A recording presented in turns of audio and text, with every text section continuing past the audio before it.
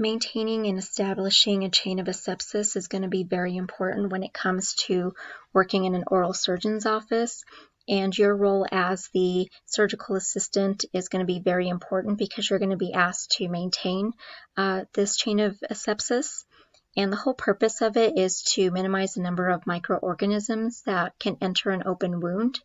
We know that we're going to be working with patients where we're going to be opening them up, and we want to minimize the amount of bacteria that can get into that open wound and cause an infection.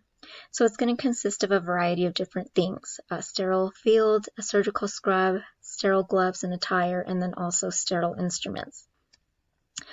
So an oral surgeon has an opportunity to get hospital privileges to be able to perform operations or surgeries in more of a hospital type setting or an outpatient surgical suite. And you as the surgical assistant can also get special privileges to be able to assist your dentist when he or she goes to the hospital for specific cases. Now, hospital settings are going to be used primarily for those very invasive types of procedures, maybe facial reconstructions, cleft lip, cleft palate repair, anything like that that's going to require a little bit more is going to be done more in a hospital type setting. So with that, it's going to be based on the surgeon's competency and also their experience as to whether or not they're going to get hospital privileges or not, and their credentials. This looks a little bit different, this environment. This is more of a private dental office. You can see that they're nearly not dressed to the T like they were in a hospital setting. They're both sterile environments, but again, we're doing a little bit different procedures. In this private dental office type setting, this is going to be basically for some of those routine surgeries, alveoloplasties, wisdom teeth extractions, could be for multiple extractions if maybe the patient's going to be getting a prosthesis of some type, implants. Those are going to be kind of reserved for those types of procedures only, where a little bit more type of equipment or a setting is not going to be as necessary. We can clearly see that in this picture here, this patient is still under IV sedation, as we can see right over here, and they're getting done what they need to. But know that oral surgeries can be done in two different types of environments, and it's going to depend on the surgeon, and it's also going to depend on the types of procedures that they're going to be performing. So a sterile field was important because we want to make sure, you want to make sure as the assistant to have everything that you need for surgery out and ready to go. You want to make sure you have all your instruments, all your materials, all your equipment, because once you scrub in and you get started, there's kind of no going back. So you want to make sure that you have everything that you're going to need for that particular surgery to ensure that you can get done what you need to. Next is going to be surgical attire, and as you can see, these individuals, they're dressed to the T. They have the disposable gown, they have the sterile gloves, we have the hair covers, the mask. The only thing I don't see is the eyewear, which is definitely necessary. And we can also see that the patient themselves is kind of covered up, and we just want to make sure that the only thing that is visible is the area that we're going to be working in, because we want to make sure our environment is, has that sterility to it, and no other bacteria from other parts of the body can be introduced. So we want to make sure that, especially in a hospital type setting, that this is more than likely how it's going to look. I do want to point out that due to COVID-19, this is what we can expect for, I would say, maybe the next year or so, in the attire and the PPE that we're going to have to be wearing even in a general office setting. We're going to have to wear the disposable gowns, not necessarily sterile gloves, but we are going to have to wear gloves like we did, possibly if we can an N95 mask, a face shield, eyewear. We're going to have to wear hair covers and also shoe covers. So expect this to be the new PPE attire that we're going to have to be wearing as a result of COVID-19 and in order to keep ourselves safe. Also to mention a face shield along with our masks, even though we have glasses and a mask on, having that face shield as an extra added protection, kind of similar to here, is going to be the norm. We know that COVID-19 is an airborne pathogen, and pretty much everything that we do in dentistry creates some sort of an aerosol or a spray or a spatter. So we want to make sure that we are going to be protected as best that we can in the environment that we're going to be working in. So making sure that as little skin as possible is going to be visible, and making sure that those areas that can penetrate, where microorganisms can penetrate, like the eyes, the nose, the mouth, are going to be closed off as much as we can. So expect that for the future, even after COVID-19, the whole kind of a scare kind of goes away. I can imagine there's going to be a lot of dental offices that are going to kind of keep and maintain this kind of PPE kind of going forward, just as an added extra protection. So next is going to be the surgical scrub, and in your book it talks about how to conduct a surgical scrub. Your book mentions that you do 7 minutes with the brush. You use an orange stick to kind of get under your fingernails, and then you do another 7 minutes without the brush, so for a total of 14 minutes. I think anymore most oral surgeons or surgery centers are moving more to a 5-minute surgical scrub.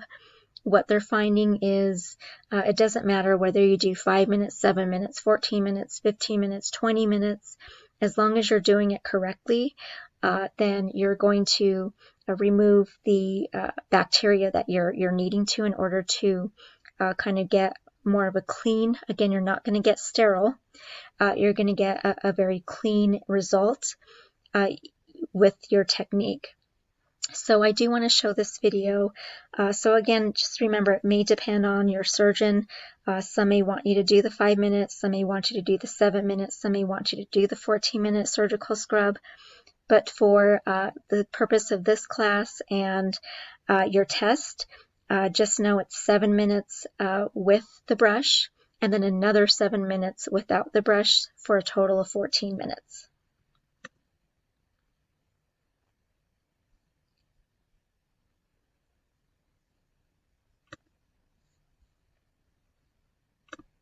In a lifetime, the average woman experiences 500,000 laughs, 58,400 I'm Dr. Harold, and today at DEV we're running a seminar about how to scrub and get gowned and gloved for surgery.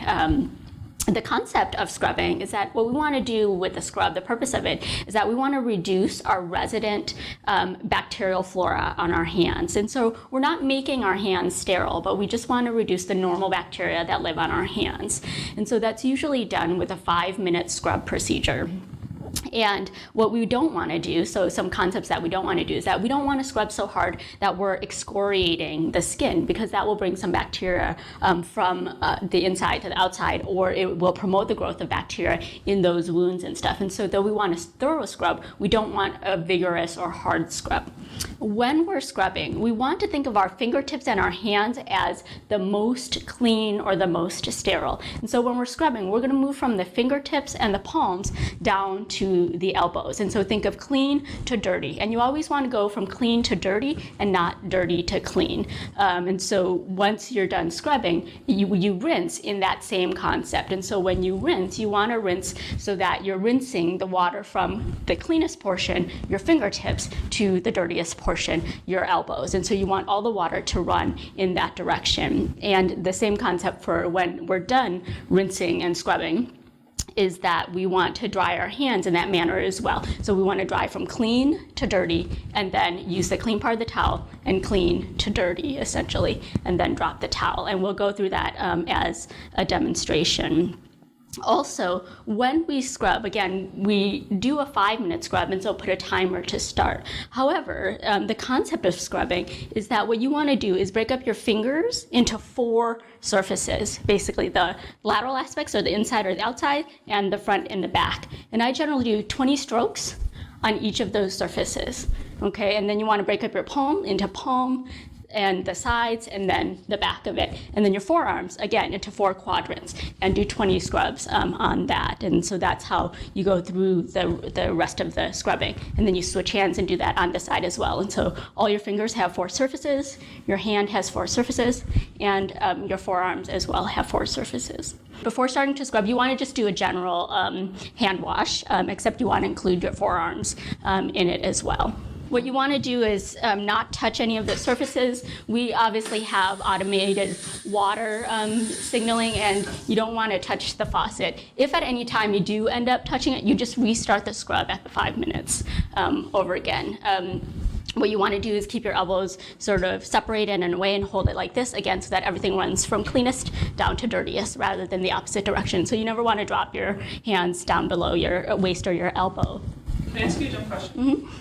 So are we doing one whole arm before going to the next arm? We rotate, and so what I will do is do the cleanest first, and so fingers, hands, and then fingers, hands on the opposite side, and then forearms, and then forearms. And then my second scrub, I will do just one whole hand, and then just one whole arm that way, but cleanest to cleanest first. And so just get moist, and again, do a general hand wash.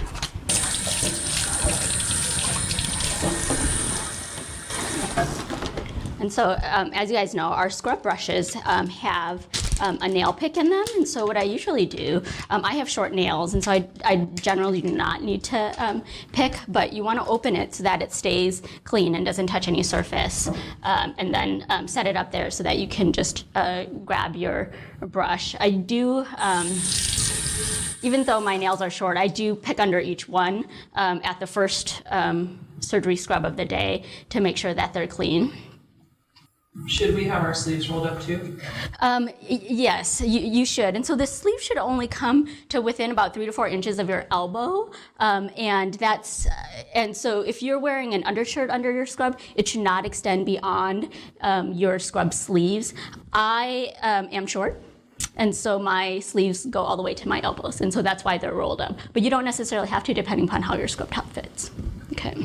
Whenever you have an instrument that you're done using, just drop it into the sink, and so don't set it down, but just drop. With these scrub brushes, they work better if they are wet, and so initially what I'll do is I'll wet it down. And part of that bacterial killing with this scrub solution is contact. And so I will, again, lather my hands up and then lather my forearms so that it has contact with my hands while I start the scrub, okay? Before this, I forgot, but you want to start the timer so that this is the start of my 5-minute scrub, okay? For my fingertips, and so remember we said to divide the fingers into 4 surfaces, but I start actually with a vigorous scrub of all the fingertips. And again, 20 strokes in my head because it gives you something to do while you're standing here and scrubbing, basically. And then start the surfaces.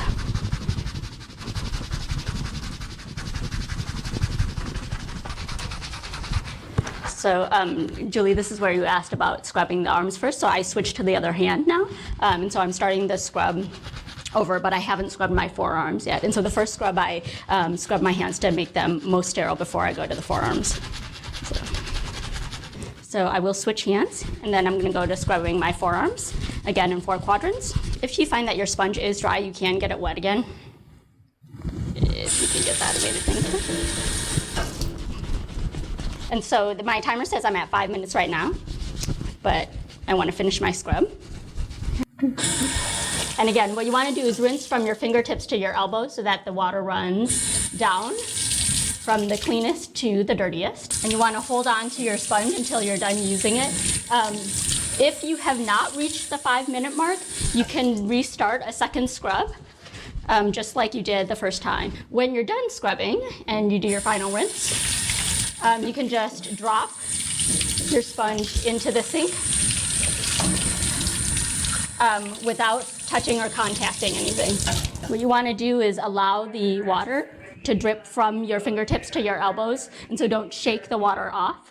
Because you should already have your gown, gloves, and sterile towel open, and the way that you sterilely dry off is that the towel is folded in such a way that you can just grab the top or the tip of it. You want to drop the towel and open in front of you so that it's not touching your scrubs in any way. First, what you want to use is use just the top half of the towel. And so in my right hand, I'm going to dry off my left hand. And you want to dry off by patting, again, starting at your fingertips and moving down to your elbows. And again, you want to keep the bottom of the towel from touching yourself or anything else in the room. When you're done with that, what you're going to do is take your left hand and you're going to then move to the unused portion of the towel, sterilely flip it this way, and I'm going to use my left hand to then dry off my right hand by patting. And again, taking care not to allow the towel to touch the front of your scrubs or anything else. Okay, and then